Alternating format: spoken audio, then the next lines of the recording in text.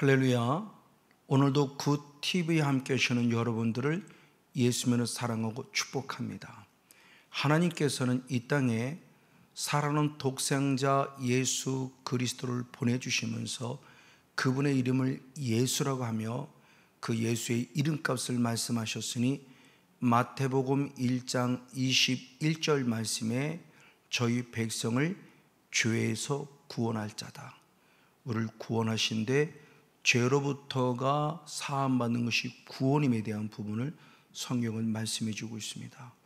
그리고 이렇게 우리를 죄에서 구원하신 예수님께서는 또는 요한복음 4장 23절 말씀을 통해서 영과 진리로 예배하는 자를 찾느니라 말씀하시면서 하나님은 우리로부터 영으로 그리고 말씀이 원하는 진리대로 드리는 예배하는 자를 찾고 있다고 성경은 기록하고 있습니다.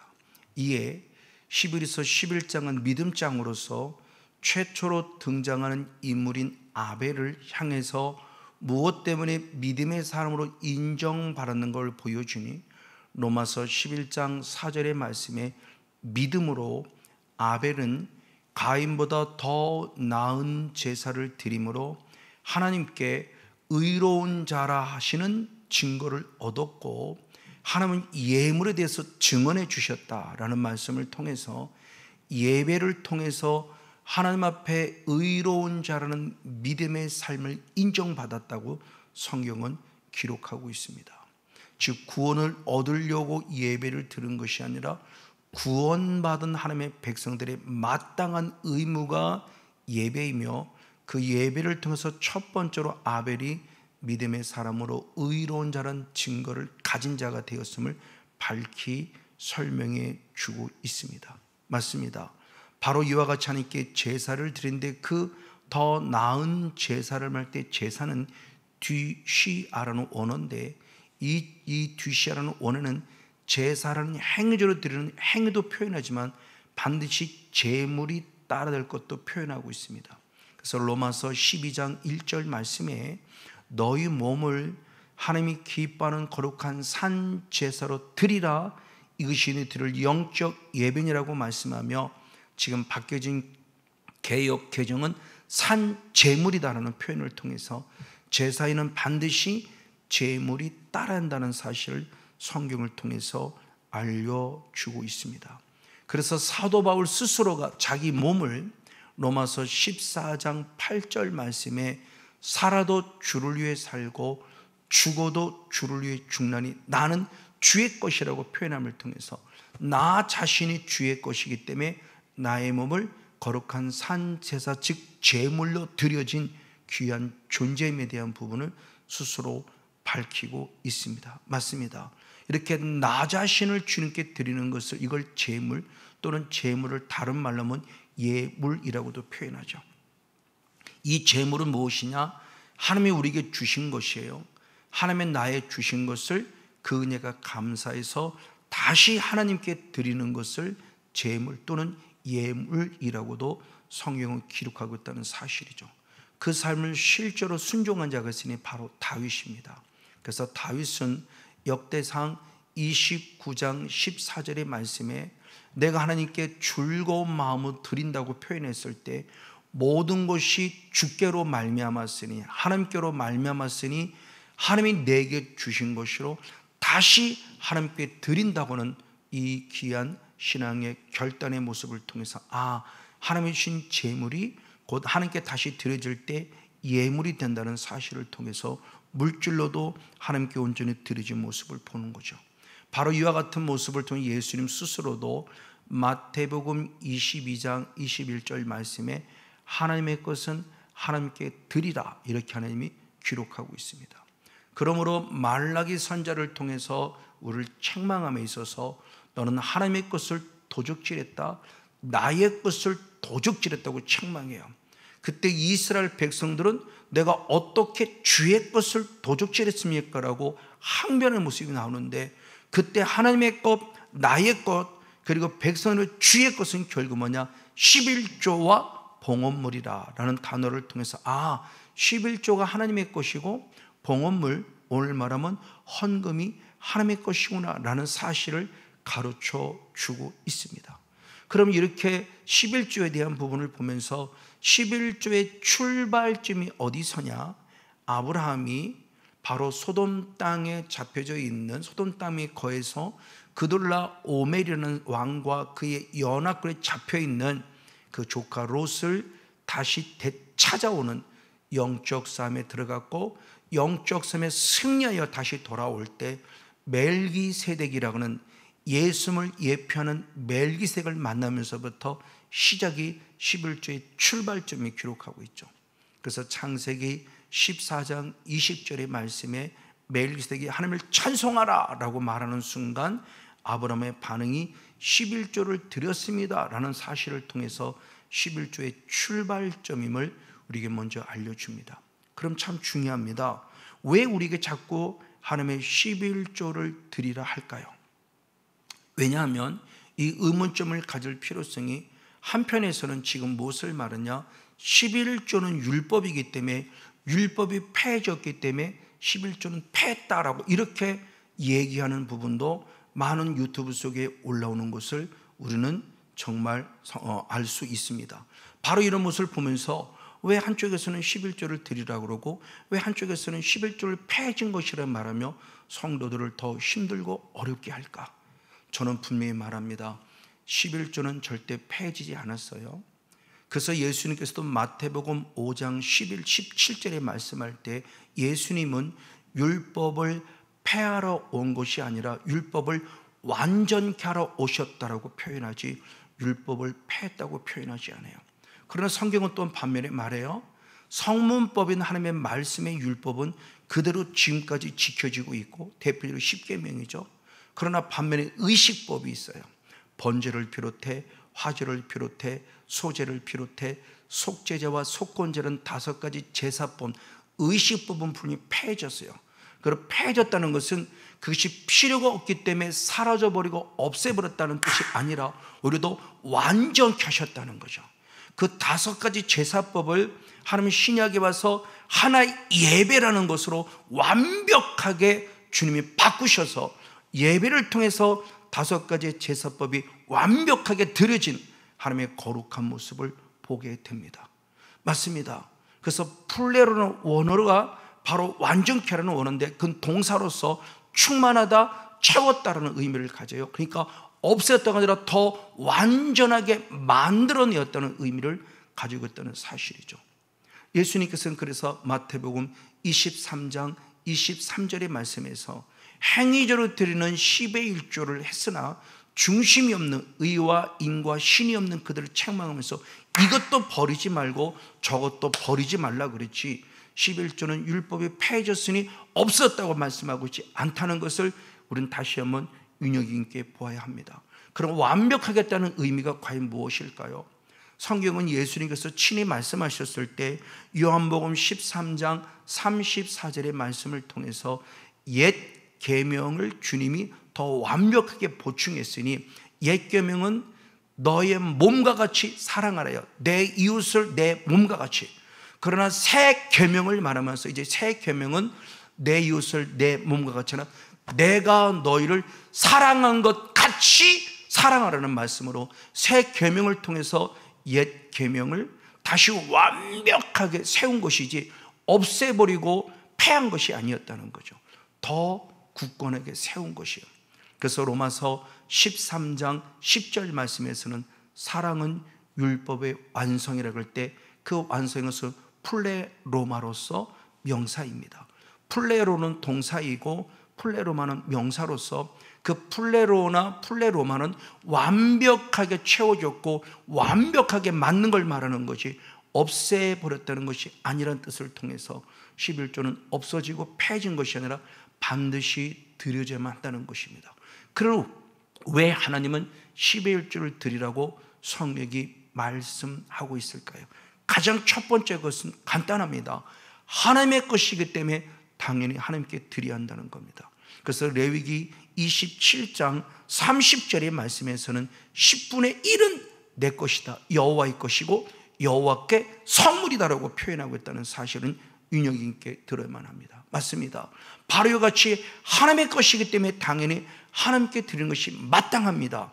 주님께서 친히 말씀하셨기 때문입니다. 그래서 역대하 31장 6절 말씀에도 히스기야 왕이 새로운 종교 개혁을 일으키면서 우상을 타파하는 일을 먼저 하셨고, 유월절 예배를 회복한 일을 하셨고, 세 번째가 뭐냐? 11조의 회복을 통해서 말씀하며, 11조를 통해서 주님 말씀할 때 여호와께 구별된 여호와의 성물이다, 성물의 11조라고 표현하면서 하나님이 구별해 놓으신 하나님의 것임을 인정하면서 새로운 종교 개혁 가운데 11조를 회복한 것을 봅니다. 그러므로 11조를 드린다는 것은 내 것이 있는 것을 내 것으로 드린 것이 아니라 모든 것이 하나님의 것이기 때문에 다시 하나님의 것을 인정해서 하나님의 것을 하나님께 드린다는 의미 속에 드려지는 11조 예물임을 보게 됩니다. 두 번째, 왜 11조를 드리냐? 반드시라는 뜻이 있습니다. 마땅하다는 뜻이 있는 주님의 거룩한 명령이기 때문입니다. 그 대표적인 예로 우리는 두 번째 11조가 등장하는 야곱의 모습을 통해서 봅니다. 야곱은 아버지 이삭과 그리고 그의 형 에서를 피해서 거짓말로 축복권을 뺏었기 때문에 피해서 외삼촌 라반의 집으로 가는 도중에 한 광야에서 돌베개 베고 자다가 창세기 28장 16절부터 19절의 말씀에 보니 꿈의 삶을 인격적으로 만나며 하나님이 여기 계시거늘 이라고 돌베개를 통해서 돌단을 쌓아 영광 올려드렸을 때 그것을 베델, 하나님의 집이라고 하나님을 높여 세우신 모습을 봅니다. 그리고 그는 창세기 28장 22절에 고백합니다. 주여 나를 돌아오게 하신다면 이 돌이 하나님의 집이 될 것이고, 중요합니다, 하나님이 내게 주신 모든 것 중에서 10분의 1을 반드시 하나님께 드리겠습니다라는 귀한 서약을 합니다. 나를 돌아오시 한다면 11조를 드리겠다는 거룩한 서약을 해요. 이 서약의 모습을 통해서 볼 수 있는 것이 뭐냐? 자, 우리나라 말은 11조고 반드시인데 언어가 똑같아요. 11조라는 원어도 아사르라는 원어이고 반드시라는 원어도 아사라는 원어입니다. 왜 이와 같이 아사라는 원어가 한쪽에서는 11조로 해석이 되고 왜 한쪽에는 반드시로 해석이 됐을까요? 아사라는 원어 자체는 동사로서 11조를 드리다라고 하는 행동을 말하는 겁니다. 근데 오늘 본 말씀에 두 번이나 반복된 거예요. 즉 직역을 하면 하나님, 내가 하나님께 11조를 드리고 11조를 드리겠습니다. 두 번씩이나 반복한 겁니다. 두 번씩이나 반복했기 때문에 그 11조를 드리는 행위를 강조하고 있는 내용을 우리는 의역을 통해서 반드시라는 단어로서 의역을 한 겁니다. 이게 이스라엘 백성들의 사고의식이에요. 하나님께 신앙을 결단할 때 똑같은 단어를 두 번, 세 번씩 반복함을 통해서 반드시 그것을 이루어 드리겠다는 신앙의 고백의 차원에서 드려진 말입니다. 그 말씀을 조금 더 이해할 수 있는 모습이 창세기 2장 17절의 말씀에 하나님이 아담과 하와에게 말하죠. 선악을 알게 하는 나무를 먹지 말라. 너희가 먹으면 반드시 죽으리라 그래요. 개역 성경은 정령 죽으리라, 개역 개정성경은 반드시 죽으리라. 그 죽으리라는 원어가 무투입니다. 그리고 반드시라는 단어도 무투예요. 하나님도 우리에게 말씀했습니다. 한 번이 아니라 두 번을 말한 겁니다. 선악을 알게 하는 나무의 열매를 죽고 죽으리라. 죽는다는 것을 강조할 때에 이것이 확실하고 완벽한 것이기 때문에 거기에 우리는 반드시라는 단어를 의역을 통해서 이게 꼭 해야만 되는 것이고 꼭 이루어지는 것을 강조하기 위한 그런 뜻 안에서 드려진 모습이죠. 근데 이와 같은 모습이 11조도 똑같이 야곱은 서약하느라고 자신의 신앙을 고백했단다면 신명기 14장 22절 말씀 하나님의 거룩한 명령이었습니다. 뭐라고 표현했는가? 너는 마땅히 매년 토지소산의 11조를 드리라 그랬을 때 그 11조는 앞에 말씀대로 아사르예요. 근데 앞에 마땅이라는 원어 역시 아사르입니다. 즉 하나님의 이스라엘 백성들에게 11조를 드리라고 계속 강조한 거예요. 강조했을 때 앞에서는 두 번씩이나 강조한 것은 그것이 반드시라는 의미를 가지고 있기 때문에 반드시 마땅히 또라는 그런 개념 속에서 설명을 했기 때문에 우리의 성경은 의역해서 마땅히 11조를 드리라고 해석한 거죠. 반드시라는 뜻을 가지고 있다는 것을 성경을 통해 알 수 있습니다. 이것은 또한 거룩한 주님의 명령이라는 거예요. 그래서 신명기 12장 11절 말씀에 하나님이 주신 여호와 이름을 드리고 택한 곳 아버지 집이죠. 그곳으로 너희가 갈 때 명령것을 가지고 가라 그래요. 아버지를 찾을 때 명령것을 가지는데 그 명령이 뭐 있냐? 번제도 있고 희생제도 있고 그리고 11조도 있었던 거예요. 그리고 여호와께서 선한 모든 것을 가지고 가라 말하며 여러 가지 명령이 있지만 그 가운데 하나가 11조가 명령한 대로 가지고 가라며 명령임에 대한 부분을 성경에 말씀합니다. 그러므로 반드시 주님의 명령이기 때문에 11조를 드려야 돼요. 하나님의 것이기 때문에 드려야 되고 명령이기 때문에 드립니다. 그리고 세 번째의 모습으로서는 11조는 승리케 하신 하나님의 은혜에 대한 나의 삶의 보답인 거예요. 응답인 겁니다. 다시 한번 창세기 14장 20절에 바로 이 귀한 예수를 예표하는 멜기세덱이 대적을 내 손에 붙이신 하나님께 찬송하라, 하나님을 찬송하라 그럽니다. 그때 그 찬송하라는 원어가 무엇이냐? 바라크라는 원어예요. 근데 대적을 붙이신 하나님께라는 것은 결국 원수와 싸워 이긴 승리를 주신 하나님께 찬송하라는 겁니다. 근데 그 바라크라는 원어를 가지고 있어요. 그래서 그 10의 1조를 드린다고는 원어를 봤을 때, 내 손에 붙여진 원어를 봤을 때 신명기 20장 조금 전에 11절을 읽었지만 10절과 11절을 연결시켜 보면 모든 대적을 이기게 하시고 안식을 주시고 평안히 거주할 때 하나님의 명령대로 11조를 가지고 가라 그럽니다. 대적을 이기게 하신, 대적을 손해보지 이기신 하나님께 나아갈 때 10의 1조를 드려야 할 것을 말하고 있는 거예요. 그러면서 다시 하나님을 찬송하라 했을 때 그 찬송이 뭐냐? 창세기 14장 20절에 바라크예요. 근데 바라크라는 의미는 찬송하는 의미도 가지고 있지만 가장 먼저는 무릎을 꿇다라는 의미를 먼저 가지고 있습니다. 그래서 시편 95편 6절의 말씀에 보면 하나님을 경배할 때 무릎을 꿇어라 그럽니다. 그게 바라크예요. 즉 멜기세의 말을 다른 말로 바꾸면 너는 하나님 앞에 무릎 꿇어 그분을 경배하라 이렇게 표현할 수 있는 거죠. 경배는 주님을 예배하는 거죠. 무릎 꿇는 회개자의 심령이고요, 회개자의 심령으로 주님을 예배하는, 그래서 예배를 드릴 때 그는 하나님을 예배하는 자서 11조를 드렸다는 것을 말씀 안에 볼 수 있어요. 그리고 두 번째의 모습이 시편 100편 4절의 말씀의 모습을 통해 감사한다는 끝을 갖습니다. 그래서 송축할지어다라가 찬양, 즉 하나님 앞에 찬송인데 이게 바라크예요. 그럼 찬양할 때 어떤 자세로 찬양을 했을 때?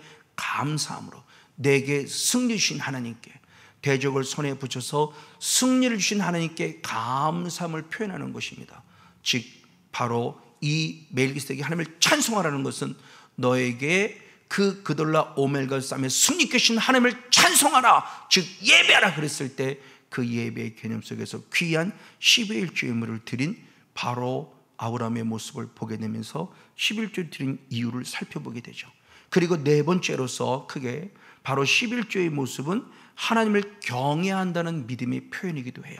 그래서 신명기 14장 23절의 말씀을 통해서 보면 너는 여호와 앞에 나아갔을 때 11조를 드리고 이 11조를 드릴 때 여호와 경외를 항상 배워라고 표현해요. 10의 1조를 드리면서 주님을 경외하는 신앙으로 성장하고 성숙해 가라는 겁니다. 아이의 신앙 갖고는 안 됩니다. 요한일서 2장 14절에 아이의 신앙은 하나님을 아버지로만 알지만 아비의 신앙은 태초부터 계신 창조주 하나님을 아는 신앙으로 성장한 것을 말합니다. 대표적인 예로 창세기 15장 6절에 아브라함은 여호와를 믿으니 의롭다 여기심을 받았어요. 여겨주신 거예요. 아닌데 여겨주신 거예요. 아니 또 죄인인데 의인이라고 여겨주셨어요.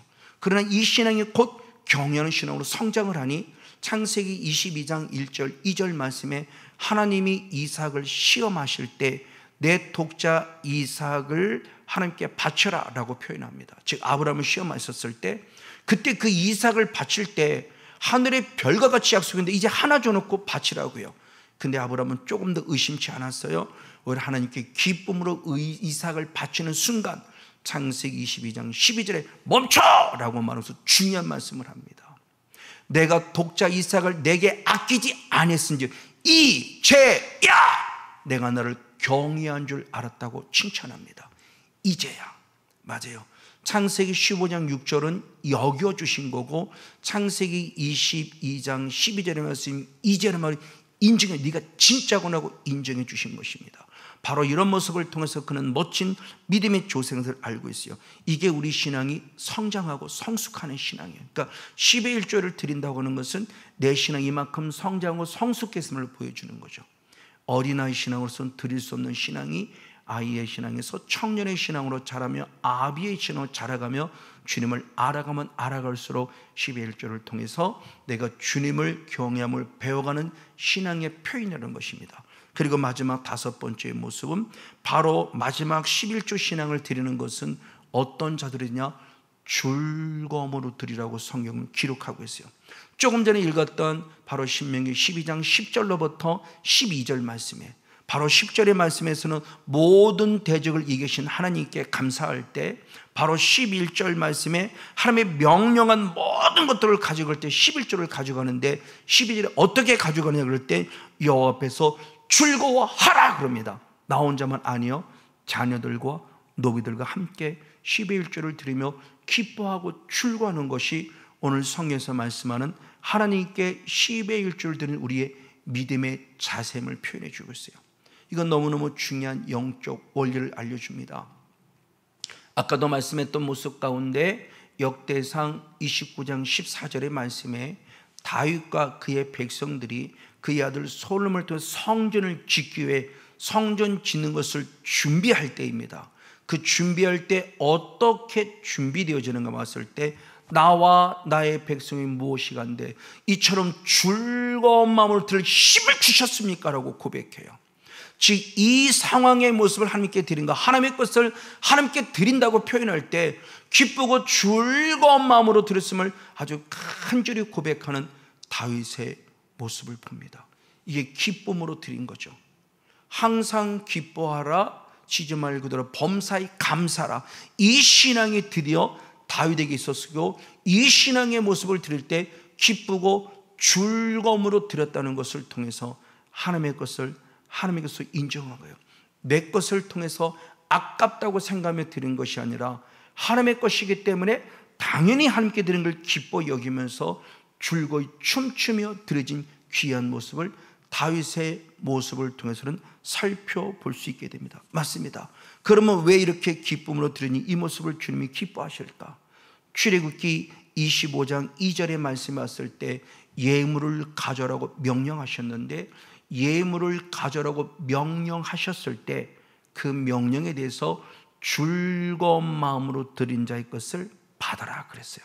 즉 하나님은 예물을 가져라고 명령하셨을 때 그 예물을 가져올 때 어떤 자의 것을 받냐는 거죠. 바로 하나님이 분명히 말씀하시기를 하나님이 즐거운 마음으로 드린 자의 예물을 받으셨다고 그래요. 최초의 예배 성공자 실패자가 바로 창세기 4장 4절과 5절 말씀에 가인의 예배와 아벨의 예물이 있는데, 아벨과 아벨의 예물은 연락하셨고 가인과 가인의 예물은 연락하지 않으셨어요. 왜? 가인 자신을 받지 않았기 때문입니다. 그 가인 자신의 몸이 하나님께 기쁨으로 드는 산제사가 되지 않았어요.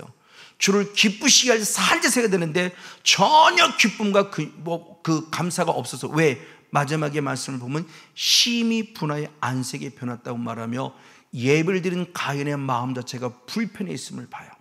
즐거운 마음이 없었어요. 기쁜 마음이 없었어요. 그렇게 드린 예배는 주님이 받지 않으신 거죠. 즐거운 마음으로 드린 자의 예물을 받는 것이 우리에게 어떤 모습을 가르쳐주고 있을까요? 그래서 다시 한번 히브리서 11장 4절의 말씀에 바로 믿음의 모습을 보신 아벨은 하나님이 기뻐하는 모습으로 산제사를 드렸고, 그것이 예물을 통해서 하나님이 의로운 자라 증언 친히 말씀하셨다는 거죠. 아브라함처럼 아벨처럼 저 여러분도 하나님의 주신 은혜 가운데 기쁨으로 드려지는 귀한 11조 예물, 하나님의 것이 모든 것이지만 그 중에 하나님의 것을 하나님께 드림을 통해서 하나님의 큰 영광을 받으실 때 우리 예비되고 준비된 은혜가 더 갑절로 부어져서 저와 우리 믿음의 후손들이 주의 복된 풍성한 은혜 안에 거는 믿음의 주인공 우리 모두가 되어지기를 예수님의 이름으로 간절히 축복하고 축원을 드립니다.